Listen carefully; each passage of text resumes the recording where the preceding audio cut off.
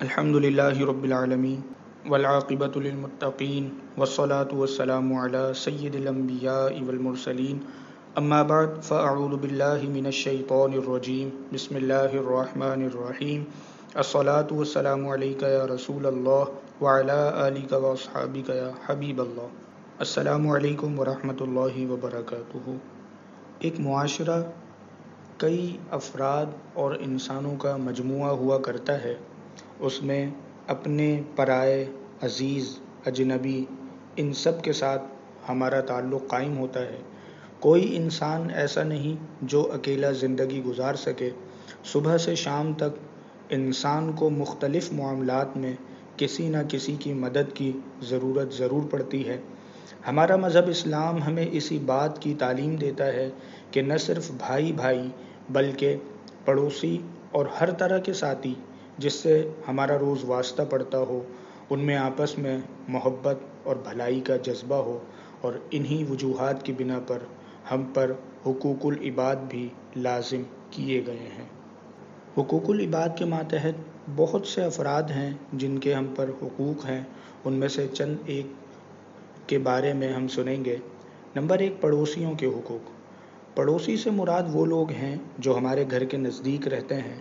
اس کے علاوہ اگر چھوٹے بچے ہیں تو ان کے ساتھ پڑھنے والے، ان کے ہم جماعت طالب علم، اسی طرح ساتھ کھیلنے والے بچے، اور اگر کوئی بڑا ہے تو اس کے ساتھ ملازمت یا کاروبار یا سفر میں ہم سفر شخص بھی پڑوسی کہلاتا ہے۔ پڑوسی کے حقوق کے بارے میں آپ صلی اللہ علیہ وسلم نے کئی مقامات پر تاکید فرمائی ہے۔ حضرت عائشہ صدیقہ رضی اللہ تعالیٰ عنہا سے روایت ہے کہ آپ صلی اللہ تعالیٰ علیہ وآلہ وسلم نے فرمایا، حضرت جبرائیل علیہ السلام نے مجھے پڑوسی کے ساتھ اچھا سلوک کرنے کی ہمیشہ تاکید کی ہے اور ہمیشہ تاکید کرتے رہے، یہاں تک کہ مجھے لگا کہ وہ پڑوسی کو وراثت میں حصے دار قرار دے دیں گے۔ یعنی اس قدر تاکید آئی ہے پڑوسی کے ساتھ اچھا سلوک کرنے کی۔ ایک مسلمان پر اپنے پڑوسی کے جو حقوق ہیں وہ آپ صلی اللہ علیہ وآلہ وسلم کی اسی حدیث سے ثابت ہوتے ہیں، اور ان کو علماء نے مختلف الفاظ میں بیان کیا ہے۔ مثلا جب پڑوسی بیمار ہو تو اس کی عیادت کی جائے، اگر اس کا انتقال ہو جائے تو اس کے جنازے میں شرکت کی جائے، اگر قرض مانگے تو اسے قرض دیا جائے، اگر اتنا غریب ہو کہ پہننے کو کپڑے نہیں تو کپڑے دیے جائیں، جب اسے خوشی حاصل ہو تو اس کو مبارکباد دی جائے، جب وہ مصیبت میں مبتلا ہو تو تسلی دی جائے، اپنے مکان کو اس کے مکان سے اونچا کر کے اسے ہوا سے محروم نہ کیا جائے، اور اپنے چولہے کی دھوئیں سے اسے تکلیف نہ پہنچائی جائے۔ پڑوسی کی عزت کرنا، اس کے مال و اسباب کا خیال رکھنا بھی حقوق میں شامل ہے۔ جب کوئی چیز پکائیں تو اپنے پڑوسی کو ضرور بھیجیں، کیونکہ اس سے ایک دوسرے سے محبت اور اچھے تعلقات قائم ہوتے ہیں۔ آپ صلی اللہ علیہ وسلم کا فرمان ہے، جب تم سالن پکاؤ تو اس میں شوربہ بڑھا دو اور اپنے پڑوسیوں کو بھی بھیجو۔ اس کے علاوہ پڑوسیوں کے حالات سے بھی ہمیں واقف رہنا چاہیے۔ اس کا یہ ہرگز مطلب نہیں کہ اس کی ذاتی زندگی میں دخل اندازی کی جائے، بلکہ اس سے مراد یہ ہے کہ اگر خدا نخواستہ وہ مالی پریشانی یا کسی دکھ میں مبتلا ہو تو کیونکہ اسلامی بھائی چارے کی حیثیت سے اس کی تکلیف یا پریشانی دور کرنا ہم پر فرض ہے۔ ایک موقع پر آپ صلی اللہ علیہ وسلم نے ارشاد فرمایا، وہ شخص مومن نہیں جو خود پیٹ بھر کر کھائے اور اس کا پڑوسی بھوکا رہے۔ اسی طرح اسلام میں مہمان نوازی کو بہت اہمیت حاصل ہے، اور اس میں مہمان نوازی کی بہت تاکید کی گئی ہے۔ ہمارے پیارے نبی صلی اللہ علیہ وسلم بہت مہمان نواز تھے اور اپنے ہاتھ سے مہمان کی خاطرداری کر کے بہت خوش ہوا کرتے۔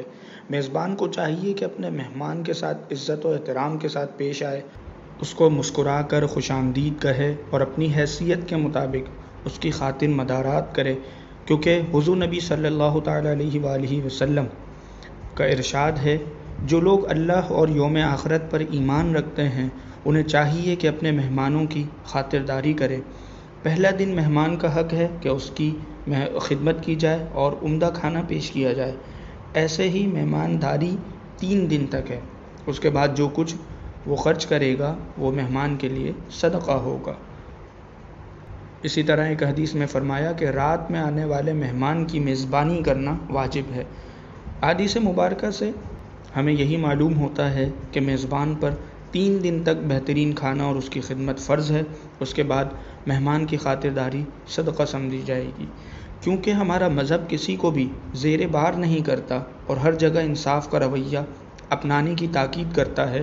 اسی لیے میزبان کے لیے بھی کچھ حقوق ہیں۔ مثلاً اگر کوئی شخص کسی کے گھر مہمان ٹھہرے تو موسم کی مناسبت سے اپنے کپڑے اور ضروری سامان ساتھ رکھے اور طویل عرصہ رک کر میزبان پر بوجھ نہ بنے۔ نبی کریم صلی اللہ علیہ وسلم کا فرمان ہے، مہمان کے لیے درست نہیں کہ وہ اتنا لمبا عرصہ ٹھہرے کہ میزبان کو تنگ دل کر دے، تو یہ بھی مناسب نہیں ہے۔ اسی طرح حقوق العباد میں بیمار کے حقوق بھی بیان کیے گئے ہیں۔ احادیث نبوی صلی اللہ علیہ وسلم سے ثابت ہے کہ ایک مسلمان پر بیمار کی عیادت کرنا فرض ہے۔ نبی پاک صلی اللہ علیہ وسلم نے ارشاد فرمایا، قیامت کے دن اللہ عز و جل کہے گا کہ اے ابن آدم، میں بیمار ہوا تو تو میری عیادت کو نہ آیا۔ انسان کہے گا، اے باری تعالی، میں تیری عیادت کیسے کرتا، تو ان تمام باتوں سے پاک ہے۔ اللہ فرمائے گا کہ میرا بندہ، میرا فلاں بندہ بیمار پڑا تھا تو نے اس کی عیادت نہ کی، اگر تو اس کی عیادت کے لیے جاتا تو مجھے اس کے پاس پاتا۔ تو اسی طرح اگر کوئی بیمار پڑے تو اس کی عیادت کرنا بھی ضروری ہے۔ نبی پاک صلی اللہ علیہ وآلہ وسلم نے عیادت کرنے کے حوالے سے فضیلت بیان فرمائی ہے کہ جب کوئی مسلمان کسی کی عیادت کرتا ہے یا ویسے ہی ملاقات کے لیے جاتا ہے تو اللہ پاک فرماتا ہے کہ تو بھی پاکیزہ، تیرا چلنا بھی پاکیزہ، اور تو نے جنت میں اپنا مقام بنا لیا۔